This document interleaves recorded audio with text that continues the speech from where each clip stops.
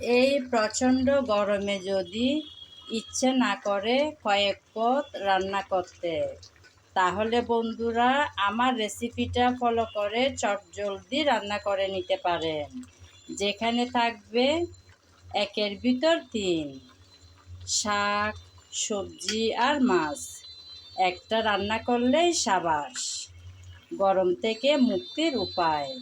রান্নাটা কিভাবে করলাম দেখতে চাইলে আমার সঙ্গে থাকুন। নমস্কার বন্ধুরা, কেমন আছেন সবাই? আশা করি সবাই ভালো আছেন, সুস্থ আছেন আর নিরাপদে আছেন। আমিও আছি মোটামুটি। প্রতিদিনের মতন আজকেও চলে আসলাম নতুন একটা রেসিপি সঙ্গে নিয়ে। আজকে বানাবো লাউ শাকের মজার একটা রেসিপি। সেই রেসিপিটা বানাবো বলে এক আঁটি নিলাম লাউ শাক। শুরুতে আমি এই শাক কেটে ধুয়ে তারপর চলে আসব আপনাদের মাঝে। ততক্ষণ বন্ধুরা আপনারা আমার সঙ্গে থাকুন। কি সুন্দর দেখুন বন্ধুরা শাকগুলো, তাই না বন্ধুরা? একদম তাজা।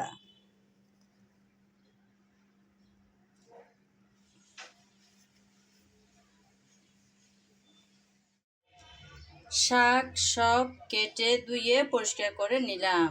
এবার চলে যাব রান্নায়।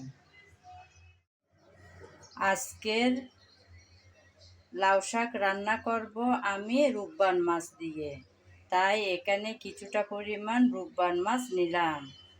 আমি প্রথমে ভেজে নেব, তাই কিছুটা লবণ আর হলুদ দিলাম মেখে ভেজে নেওয়ার জন্য। আপনারা চাইলে মরিচও ব্যবহার করতে পারেন। এই মাছকে কেউ লাল ফোয়াও বলে থাকে, আবার কেউ বা বলে রূপবান মাছ। লবণ হলুদ ভালোভাবে মেখে নিয়েছি। প্রথমে মাছ ভেজে নেওয়ার জন্য একটা প্যানে কিছুটা তেল দিয়ে দিলাম। তেল গরম হয়ে আসলো। গরম তেলে দিয়ে দিলাম একটা একটা করে মাছ।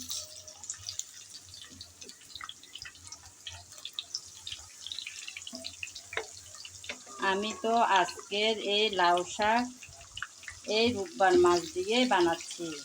আপনারা চাইলে যে কোনো ছোটো কিংবা বড় মাছের পিস দিয়েও এই রান্নাটা করতে পারেন।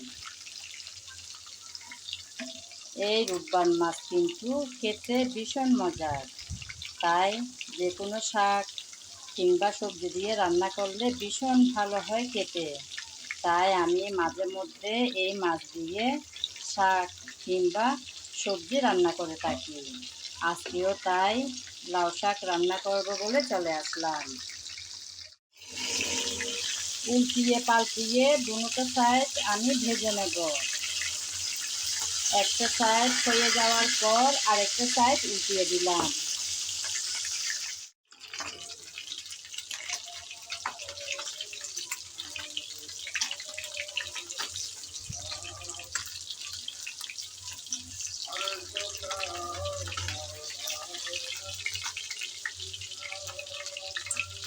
উল্টিয়ে পাল্টিয়ে সবগুলো মাছ ভেজে নিলাম। এখন চলে যাব রান্নায়।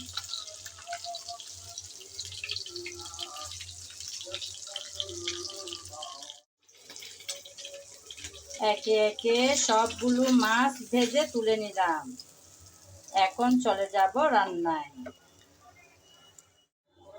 মাছগুলো সব ভেজে তুলে নেওয়ার পর আমি আরেকটা কড়ার মধ্যে মাছ ভাজার তেল থেকে কিছুটা পরিমাণ তেল দিয়ে দিলাম। সেই গরম তেলে দিয়ে দিলাম পেঁয়াজ কুচি। আমি আজকে রান্নাটা করব মাছ ভাজার তেলে, তাই বসিয়ে দিলাম মাছ ভাজার তেল চুলার উপর। তারপর তাতে কিছুটা পরিমাণ পেঁয়াজ কুচি দিয়ে দিলাম।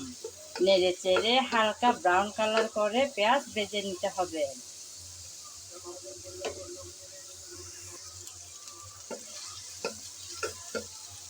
কিছুক্ষণ নেড়ে চেড়ে হালকা ব্রাউন কালার করে পেঁয়াজ ভেজে নিলাম। এখন আমি আদা বাটা আর রসুন বাটা দিয়ে দিচ্ছি। আদা আর রসুন একসাথে বাটা ছিল আমার কাছে, ওখান থেকে কিছুটা পরিমাণ দিলাম। এখন নেড়ে চেড়ে ভালোভাবে ভেজে নিতে হবে, যাতে আদা রসুনের কাঁচা গন্ধটা চলে যায়।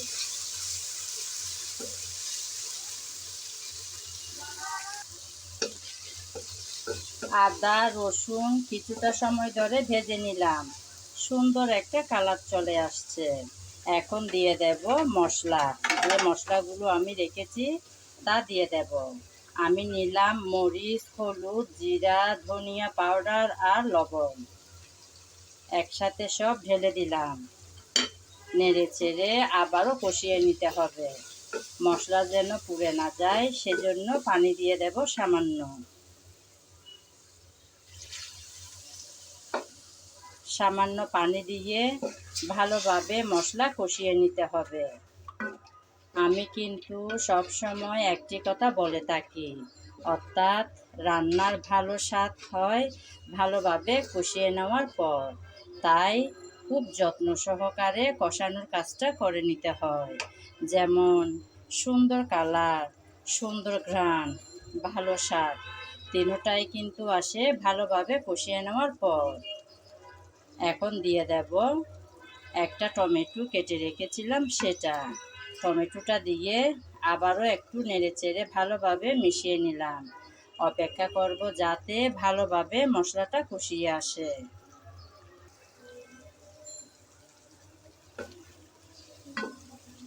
কিছুক্ষণ সময় নিয়ে মশলা ভালোভাবে কষিয়ে নিলাম। দেখুন বন্ধুরা, তেল কিন্তু উপরে ভেসে আসলো। তেল মশলা থেকে আলাদা হয়ে গেলে বুঝে নিতে হবে মশলা ভালোভাবে কষানো হয়ে গেল। আজকের এই শাক রান্নাতে আমি আলু দেব, তাই কিছুটা পরিমাণ আলু কেটে রেখেছি, সেগুলো দিয়ে দেব।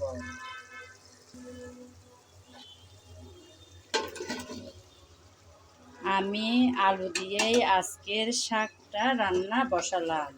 আপনাদের যদি আলু ভালো না লাগে তাহলে আলু ছাড়াও রান্নাটা বসাতে পারেন, কিংবা অন্যান্য সবজি যদি দিতে ইচ্ছা হয় তাহলে অন্যান্য সবজি দিয়েও এই রান্নাটা করতে পারেন।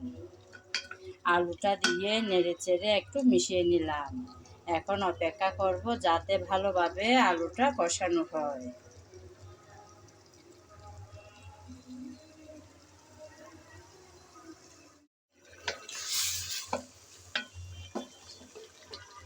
ভালোভাবে কিছুক্ষণ সময় ধরে আলু কষিয়ে নিলাম। এখন দিয়ে দেব কিছুটা পানি।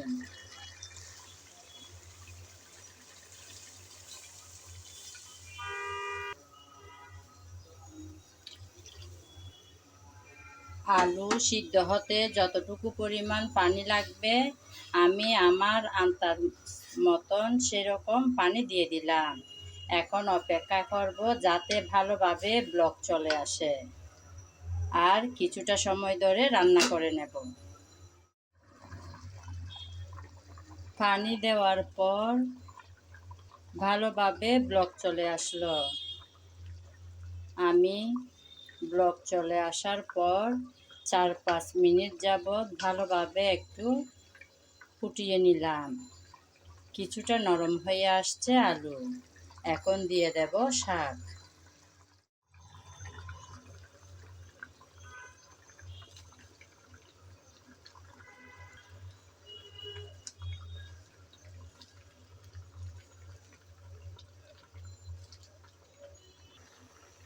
একটু একটু করে সবগুলো শাক দিয়ে দিলাম।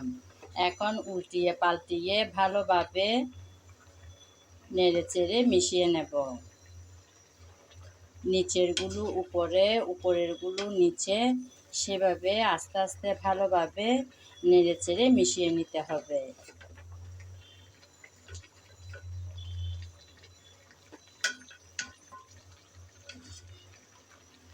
যখন এই গরমের মধ্যে ইচ্ছে করবে না কয়েক পদ রান্না করতে, তখন চাইলে বন্ধুরা আমরা এই 1-এর মধ্যে 3, যেখানে আছে শাক, সবজি আর মাছ। চাইলে আমরা একসাথে রান্না করে খেয়ে নিতে পারি। অনেকটা সময়ও বাঁচবে আর গরম থেকেও মুক্তি পাওয়া যাবে। শাক দিয়ে নেড়েচেড়ে ভালোভাবে মিশিয়ে নিলাম। এখন আমি কয়েক মিনিট রান্না করে নেব। এই প্রচণ্ড গরমে ইচ্ছা করছে না রান্নাবান্না করতে, তাহলে কিন্তু বন্ধুরা চটজলদি আমার এই রেসিপিটা ফলো করে ট্রাই করতে পারেন, যেটা হবে একের ভিতর তিন। যেমন শাক, সবজি আর মাছ একটা রান্না করলে সাবাস। শাক দেওয়ার পর কিছুটা সময় ধরে রান্না করে নিয়েছি। শাক, আলু অনেকটাই সিদ্ধ হয়ে আসছে। এখন দিয়ে দেব ভেজে রাখা মাছ।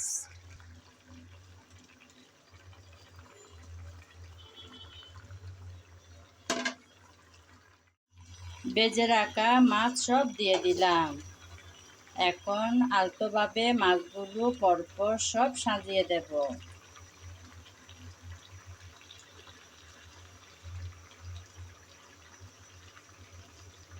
আস্তে আস্তে করে সবগুলো মাছ আমি সবখানে ভালোভাবে ছড়িয়ে দিলাম। তারপর দিচ্ছি কয়েকটা কাঁচামরিচ ফালি করে রেখেছি সেগুলো। এখন আবারও কিছুটা পানি দেব। আমার মনে হয় একটু পানি লাগবে, তাই দিয়ে দিলাম।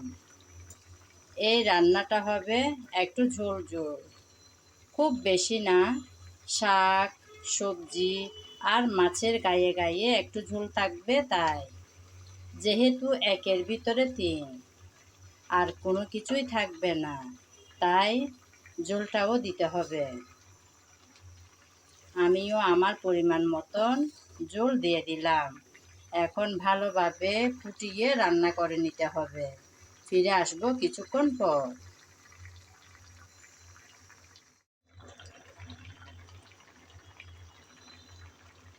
পানি দেওয়ার পর কিছুক্ষণ সময় ধরে রান্না করে নিয়েছি। আমার রান্না কিন্তু একদম শেষের দিকে। ঘরে থাকা উপকরণ দিয়ে এই সুন্দর মজাদার রান্নাটা করে নিলাম, যেটা কিনা একটা রান্না করলেই আর কোনো কিছু না করলেও চলবে, এমন একটা রান্না যেখানে আছে শাক, সবজি আর মাছ। এতক্ষণ যারা আমার সঙ্গে ছিলেন, আমার ভিডিও জুড়ে ছিলেন, তাদেরকে জানাই অসংখ্য অসংখ্য ভালোবাসা। আগামী ভিডিও দেখার আমন্ত্রণ জানিয়ে আজ এখানেই বিদায় নিলাম। সবাই ভালো থাকবেন, সুস্থ থাকবেন আর নিরাপদে থাকবেন।